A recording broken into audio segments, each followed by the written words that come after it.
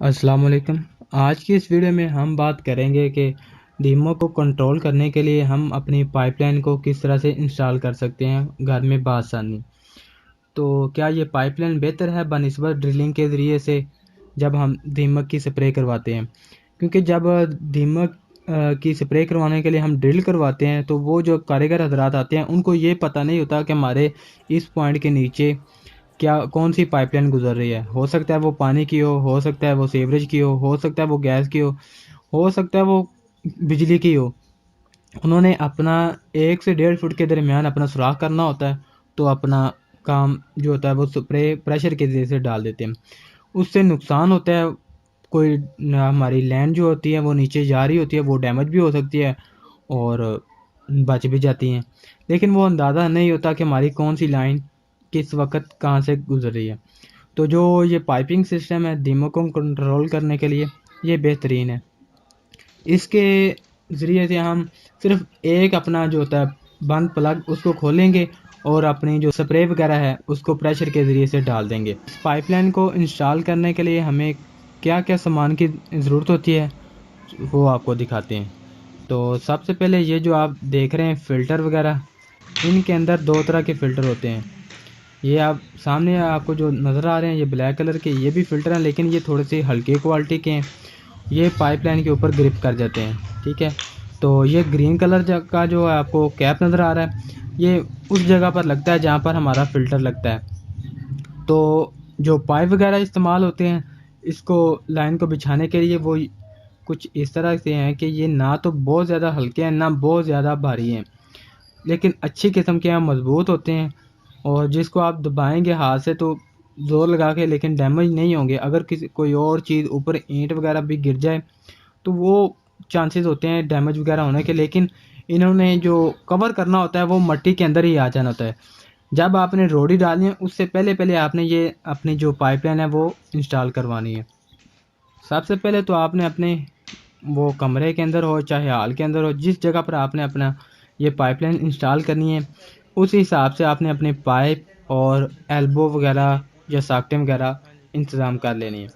तो फिर आपने दीवारों के साथ साथ आपने अपना वो पाइप उसको इंस्टॉल करना है और इंस्टॉल करते हुए ये याद रखें कि आपने इनको एक पाइप के अंदर कम व बेश 4 सुराख होने चाहिए। 3 से 4 सुराख ब्रेक से होल होते हैं, वो करने हैं, ना कि बहुत ज़्यादा भारी।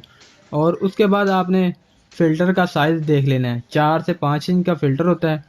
उस हिसाब से फिर आपने जहाँ-जहाँ पर आपके पाइप के अंदर सुराख होंगे, वहाँ पे आपने ग्रीन कैप वो जो आपको सामने नज़र आ रहे हैं, ये लगा के फिर आपने अपनी खुदाई कर लेनी है हर उस पॉइंट पर जहाँ पर आपका फ़िल्टर लगना है। जैसे कि ये आपके सामने खुदाई वगैरह हो रही है, इसी तरह से बिल्कुल। ये मैं जो आपको दिखा रहा हूँ ये कैप, ये उस जगह पर कैप लगा हुआ है जहाँ पर हमारा सुराख है और हमारा जो फ़िल्टर है वो इंस्टॉल होना है।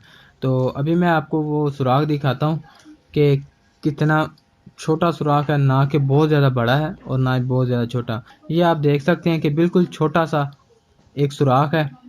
इसी तरह से सारे पाइप के ऊपर जो पूरे लाइन है इनके ऊपर इसी तरह के सुराख होते हैं। तो उसके बाद हमारा जो मरहला आता है जब खुदाई के बाद हमारे वो फ़िल्टर को इंस्टॉल करने का आता है। बिल्कुल आपने वो जैसे कि पिनों के ज़रिए से उनको पाइप के साथ चिपकाते जाना है और उनको सीधा खड़ा करते जाना है, बिल्कुल इस तरह से कुछ। तो ये जो फ़िल्टर लगाए होते हैं इनके अंदर भी 2 तरह की क्वालिटियाँ होती हैं। एक ये जो होते हैं वो हल्के होते हैं और थोड़े से भारी होते हैं, लेकिन वो उनकी शेप जो होती है वो थोड़ी-सी और होती है। वो पाइप के अंदर इंस्टॉल होते हैं।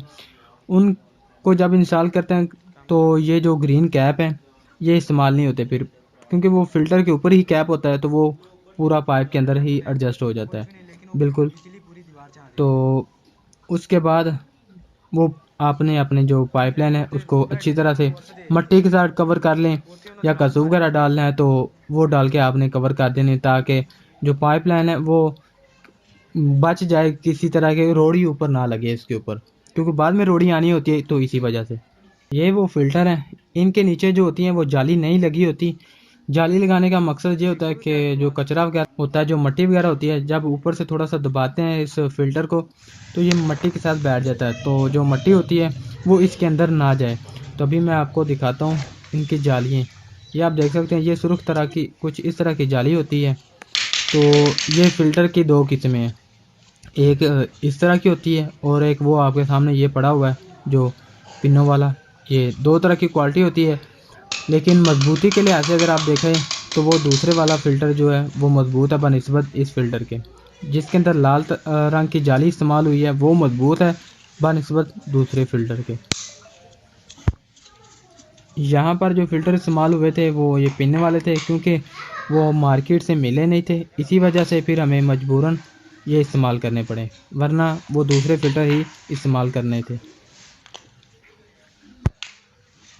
तो ये वो फ़िल्टर हैं जो इंस्टॉल करने हैं। इसको उस जगह पर पहुंचाना है जहां पर हमारा सुराख है, ताकि जो सुराख हो वो इस फ़िल्टर के ऊपर से अच्छी तरह से कवर कर ले और जो मट्टी वगैरह हो, यानी कि वो ये ना हो कि हमारा फ़िल्टर पीछे रह जाए और सुराख जो है वो आगे चला जाए। ये ब्रीक सुराख है, इसके ऊपर हमारा फ़िल्टर आएगा, बिल्कुल वो जैसे ये आया हुआ है।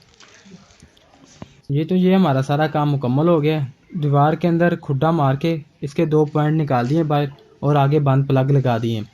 जब हमने इसको टेस्ट करना हो तो इसमें से दोनों में से एक को खोलेंगे, इसके अंदर हमारी स्प्रे वगैरह डाल देंगे और हमें पता चल जाएगा।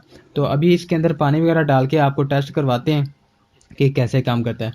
और एक बात जो याद रखने वाली है वो ये कि जैसा कि आपके मेन जोड़ होते हैं, जैसा कि ये एल्बो हैं जो कॉर्नर पे आती हैं, वो लीक ना हो, वो अच्छी तरह से कवर हों ताकि वहाँ से लीकेज ना हो। वैसे भी अगर थोड़ी बहुत लीकेज हो तो चलेगी, क्योंकि ये जो पाइपलाइन का सिस्टम ही कुछ इस तरह से बना हुआ है कि इसने अपने लीकेज की वजह से ही काम करना है।